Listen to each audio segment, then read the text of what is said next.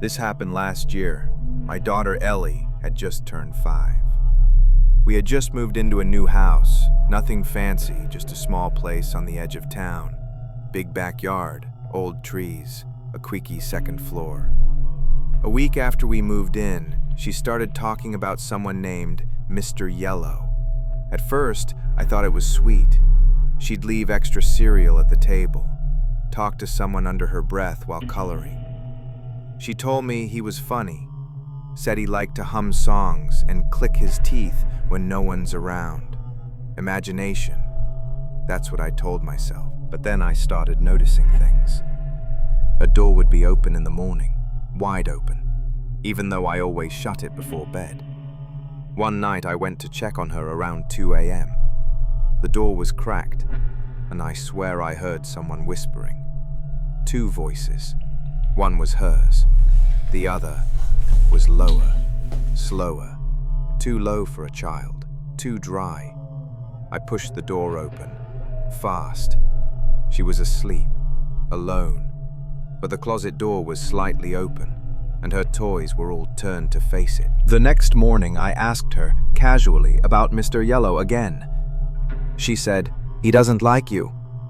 When I asked why, she said, "Because you close the door at night. He can't come out if the door's closed." I thought she meant the bedroom door. She didn't. That night, I couldn't sleep. I left the hallway light on, kept the baby monitor on low, and I swear to God, at 3:11 a.m., I heard something dragging across the floor.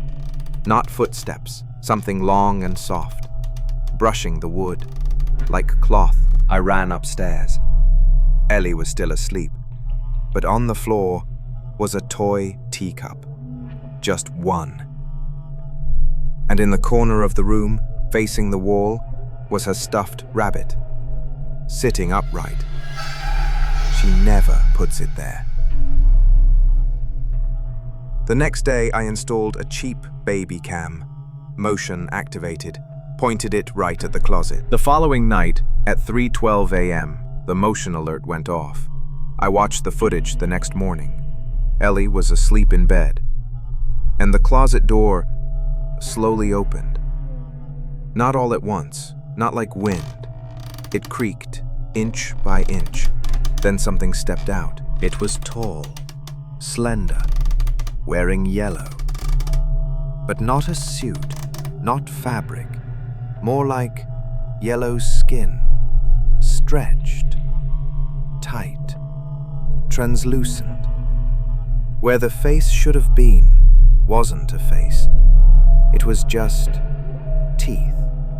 Dozens of yellowing teeth across the whole front of the head. No eyes, no mouth, just teeth. It stood there, watching her. Then it turned and looked at the camera. That's when the footage cut to black. We moved out that weekend. Ellie never mentioned Mr. Yellow again.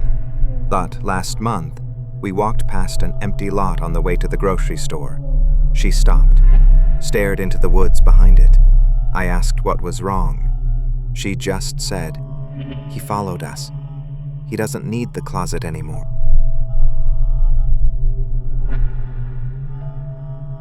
We moved into the new house last November. My son Caleb had just turned 6. He wasn't thrilled. He missed his friends, his old room, the backyard with the sandbox. But after a week, he started drawing again. He'd always loved sketching with crayons, but the new drawings were different. They all had the same man in them. A tall figure, wearing a black coat. No face, just this empty oval, like he'd forgotten to finish the head. At first, I thought it was just imagination. New house, stress, loneliness. That's what kids do. They make things up. But then the man got closer. The next day, Caleb drew the same man. Only now, he was standing on the edge of our backyard. Then again, this time closer, behind the tree by the porch. Then beside the swing set. 4 drawings, 4 nights, and in each one, the faceless man was a few feet nearer. I asked Caleb who he was. He didn't answer at first, just looked down and kept coloring. Finally, he whispered, "He walks more every night." That was the moment I stopped sleeping soundly. A few nights later, Caleb left his sketchbook open on the coffee table. I wasn't snooping, I was cleaning. But the page, it stopped me cold. It showed our house, and in the upstairs window, his bedroom, was the same faceless man, inside the house. I asked Caleb when he drew that one. He just said, "He watches when you leave the hallway light on." That night, I set up the living room security cam, just to feel sane, just to prove there was nothing there. At 2:44 a.m., the footage showed something. The hallway lights were off, and from the corner of the frame, a figure appeared. He didn't walk. He unfolded, like he'd been crouched there the entire time, waiting. The figure walked up to the coffee table and picked up Caleb's drawing, held it. Then he turned to the camera, slowly. Still no face, just blank skin.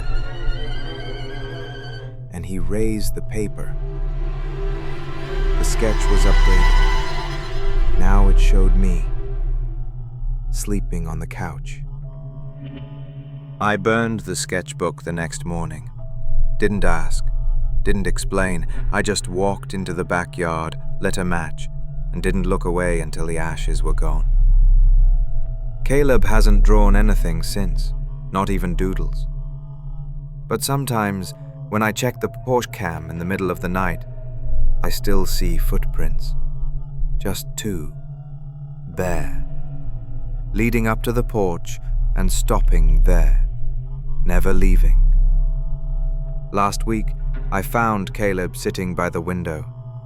He wasn't drawing, he was just staring out into the dark yard, not blinking. And when I asked what he was doing, he just whispered, "He's done hiding."